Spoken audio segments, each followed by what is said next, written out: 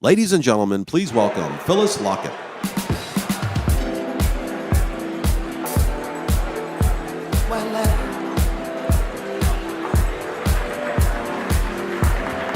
Good evening. Good evening, everyone.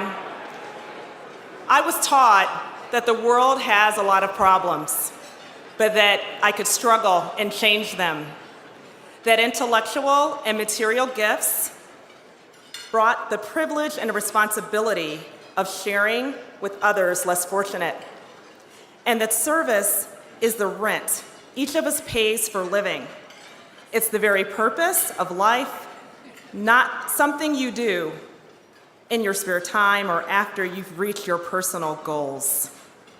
These are the words and mantra that this year's Lifetime Achievement Award recipient has used to define her life and ultimately impact millions of children across our country. Marian Wright Edelman has been an advocate for disadvantaged Americans her entire life, a true champion of the civil rights movement. After being arrested for her activism, she attended Yale Law School to address racial bigotry and injustice head on. She became the first Black woman admitted to the Mississippi bar. There, she directed the NAACP Legal Defense and Education Fund, where she worked on voter registration drives and supporting those who were in prison that were fighting for their right to vote. In 1968, she moved to Washington, D.C., and served as counsel for the Poor People's Campaign alongside Martin Luther King, Jr. As founder and president of the Children's Defense Fund, she has worked tirelessly, speaking truth to power, to persuade Congress to overhaul foster care, support adoption, improve child care, and to protect children who are disabled, homeless, abused, and neglected. In 2000, she received the Presidential Medal of Freedom, the nation's highest civilian award. Marian Wright Edelman, an American hero, a national treasure, an icon on whose shoulders we all stand. Please join me in watching this video of this remarkable woman.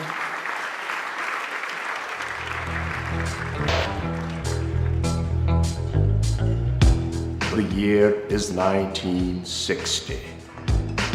Marian Wright Edelman was a student at Spelman College, an outstanding student. It was during the height of the civil rights movement. She was one of these leaders who spoke up and spoke out against segregation and racial discrimination.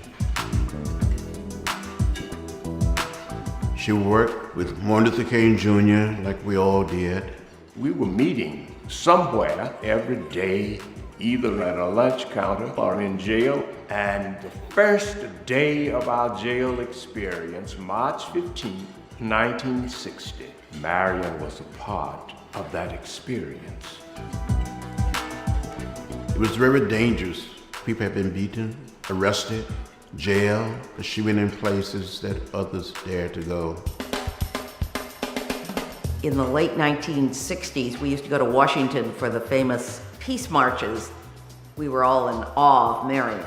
I met Marian in 1967. I was working for Senator Robert Kennedy. We went to Mississippi because there was a big fight going on about the future of the Head Start program. Marian Edelman had been an attorney at that time with the Legal Defense Fund and had taken Senator Kennedy and others on a tour to see hunger in real life and translated that into a national problem and received national attention. That really sparked the origin and the development of the Children's Defense Fund as a follow-up to the civil rights era and a focus on children specifically.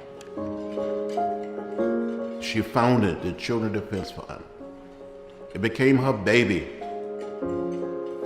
Education is a critical part of our mission because we really see it as a continuation of children's civil rights. And if in fact children are going to thrive in school and thrive in the education realm, we've got to ensure that they're healthy.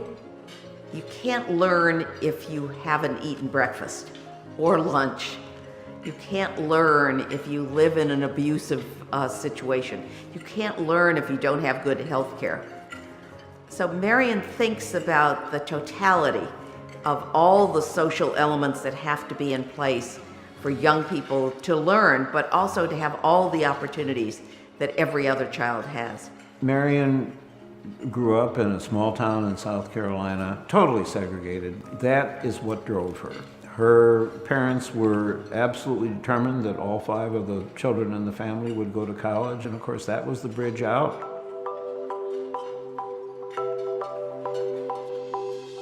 Mrs. Edelman has taught us that education is a gateway for children.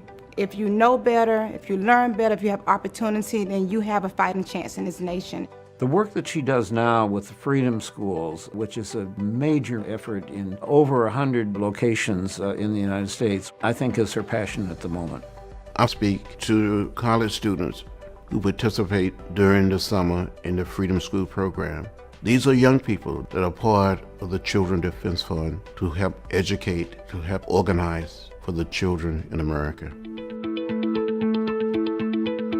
Over the past 4 decades, Mrs. Edelman and the Children's Defense Fund's legislative impact on education has been tremendous. Well over 80 or 90 different pieces of legislation have been put together over these past 4 decades, which really focus on all of the needs of children and families. She has the capacity of inviting, persuading, and involving other people all the way from the local community to the halls of Congress. She has taken solid and strong position with members of Congress, both Democrats and Republicans. She's so determined to leave this little piece of real estate we call America a little better than we found it. If you have a conscience, you cannot help but be touched by the kind of commitment she has made and the kind of commitment she calls us to be engaged in, to see every child as our child. She takes you in and teaches you, but it's really the fire that she brings to everyone she meets that is infectious. She's been that persistent moral voice and keeps us on track in terms of recognizing that we can't give up. There's a cadre of people all over America, in every corner of our country, that follow her leadership, her vision. The legacy of Marian Wright Edelman, I think, will be on that short dash between 2 dates, birth date and date of transition. She made a difference. Congratulations, Marian, and thank you for your commitment. If there's anyone in America that should be honored the way she's been honored, it is her. Marian deserves the Lifetime Achievement Award because she's never quit. Best wishes and much love. Congratulations, Mrs. Edelman, for this award. Thank you for all you do for children. Congratulations, Marian. I am so proud of you.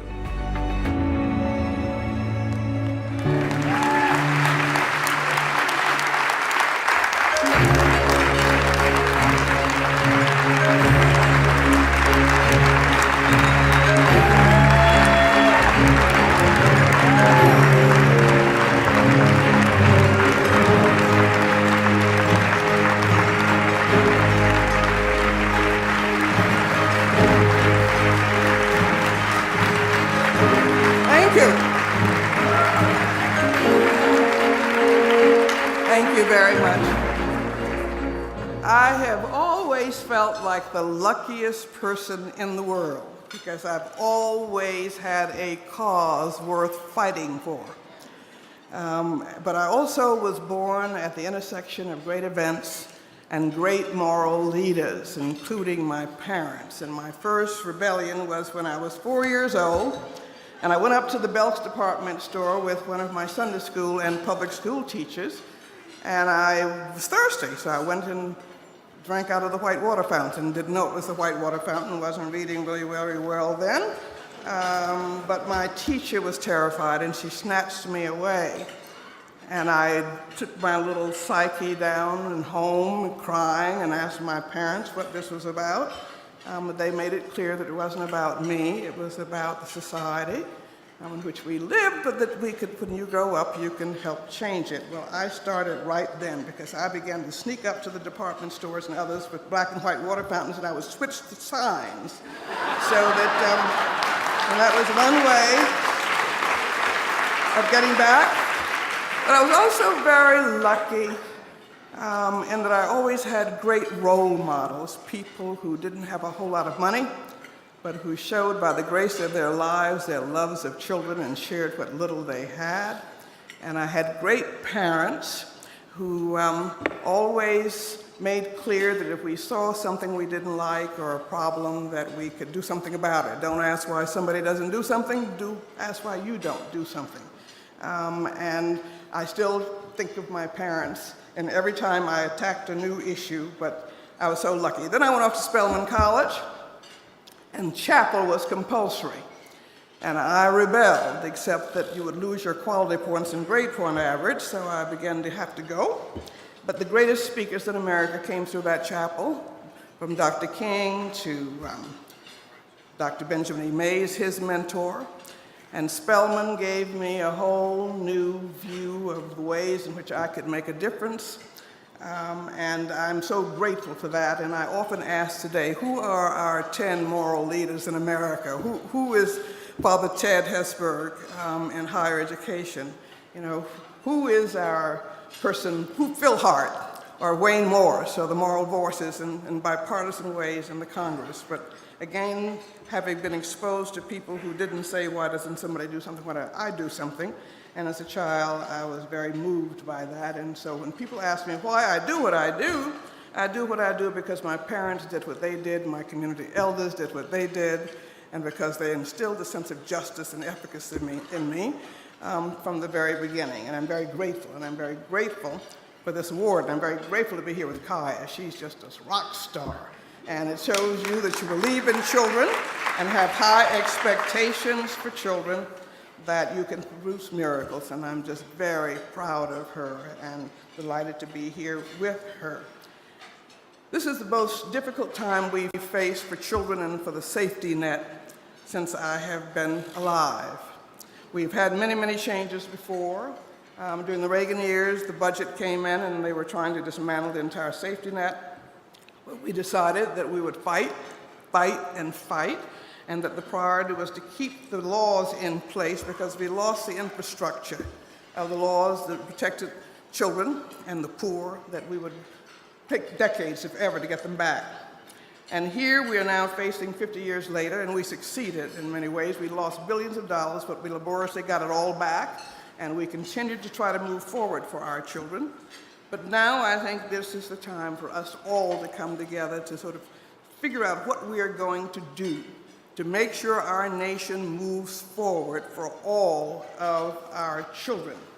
Something is really wrong in our nation when we let our children be the poorest age group in America. We have 14.5 million children who are poor, and 6.5 million of those live in extreme poverty. The greatest threat to our national security does not come from any external enemy. The greatest threat to our military security does not come from any external enemy in many ways. It comes from our failure to invest in healthy, educated children who are going to be the leaders of the next generation. What is it about us that can tolerate a majority of all of our children in all racial and age groups not being able to read at 4th and 8th grade levels? And a majority of our children, we know what's happening on dropout rates, but over 70, majority of all of our children in all racial groups cannot read or compute, but over 70% of our Latino children and nearly 80% of our black children in 4th and 8th grade cannot read or compute at grade level. That's sentencing a child to economic and social death. We can do better than that. 70% of our 17 to 24-year-olds cannot get in the military because they cannot read adequately, they have undiagnosed or untreated health problems. Who's going to be our military? Who's going to be representing us in this ever-increasing world? So we should be doing what is right for our children, but we better do it if it's in our self-interest to do, and do what is going to prepare this country to lead, continue to lead the world, and to be competitive in the world. And I just want to make a very singular plea tonight, is that we should end child poverty in America, that we should turn the threat to the safety net and resist it, but by resisting it, we should put forward the proposals that we know are going to lead us forward and end the blight of child poverty in this country. It is a disgrace that 14.5 million children are poor and 6.5 million are extremely poor. And we cannot afford child poverty. We had Bob Solow, the Nobel laureate from MIT, do a cost of child poverty study for us. And he says that keeping 14.5 million children in poverty cost our nation about $500 billion every year, $500 billion in a year in foregone productivity and prison costs and dropouts. We can't afford to continue to do that. And we have this cradle-to-prison pipeline that we have got to break up. We are spending, on average in our states, 3 times more per prisoner than for public school pupil. That is about the dumbest investment policy you could have. It's time for us to end. And we know what to do. And we have made significant progress over the last almost 50 years that the Children's Defense Fund has been in existence. It is all at risk, but I'll just tell you, we are not going to go backwards. I don't know what we're going to do, but we're going to move forward. I'm not going to let my grandchildren fight these same battles again. And each of us must stand up and make sure that we continue to move forward. It is unworthy of us as a nation to let our children be the poorest group of citizens, and the younger they are, the poorer they are. We need a high-quality early childhood system in place so that children are ready for school. We now have 95% of all children covered by CHIP and Medicaid. It's on the chopping block. We must not let those programs be dismantled. We must move forward, but we need the voices of powerful people like you. And your children, there's no place to hide anymore. We're going to have to walk down the streets with those other people's children. And we all need to begin to give everybody a sense of hope, a sense that they are being cared for, and a sense of a future, and a sense of efficacy. And we can do that if we are going to have to do that, if we are going to move forward as a nation. Dietrich Bonhoeffer, the great German Protestant theologian, said that I think we all know about him, he died opposing Hitler's Holocaust. But he said that the test of morality, and I would add the common sense of a society, is how it treats its children. But the United States is failing every second almost of every day. When we let a child be neglected or abused every 47 seconds, be born into poverty every 37 seconds, to be born and without health insurance every 64 seconds, but we've seen the trajectory of positive process, and that's beginning to change. And we have lost almost 180,000 children to gunfire in America since statistics began to be kept in 1963. When a child is injured or killed by a gun, every 3 hours, we can do better than that, and none of us is safe from the violence of guns. And so I just hope that we will take this time that I consider a time of crisis and challenge as an opportunity to move ahead, to build the movement that is long overdue, to end child poverty. It's the most cost-effective thing we can do. Bob Solow's calculations said every year we keep 14.5 million children in poverty, cost us $500 million. For about $67 billion that we estimated from the Urban Institute studies, we could decrease child poverty overall by 60% right now, and we could decrease Black child poverty by 72%. And I just hope that we will now launch on the 50th anniversary of Dr. King's death For People's Campaign, that we will launch a campaign to end child poverty in his honor, to put the program of prevention and early intervention in place so that our children can feel hope, and it's going to save us money. It's also going to save our soul as a nation. And so I just come here tonight to say I hope you will join with us, that we have got to begin to change the priorities in our nation, and our children have to come first.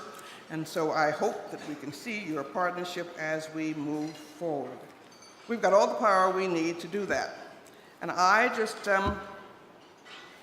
want to repeat what Albert Camus said a long time ago when he was speaking to a group of Catholics at a Dominican monastery in 1948, and he said that perhaps we cannot prevent this world from being a world in which children are tortured, but we can reduce the number of tortured children. He described our responsibility as human beings, if not to reduce evil, at least not to add to it, and to refuse to consent to conditions which torture innocence. I continue, he said, to struggle against this universe in which children suffer and die, and so must every one of us. Only then will the cries of the prophets for justice and peace become a lasting reality.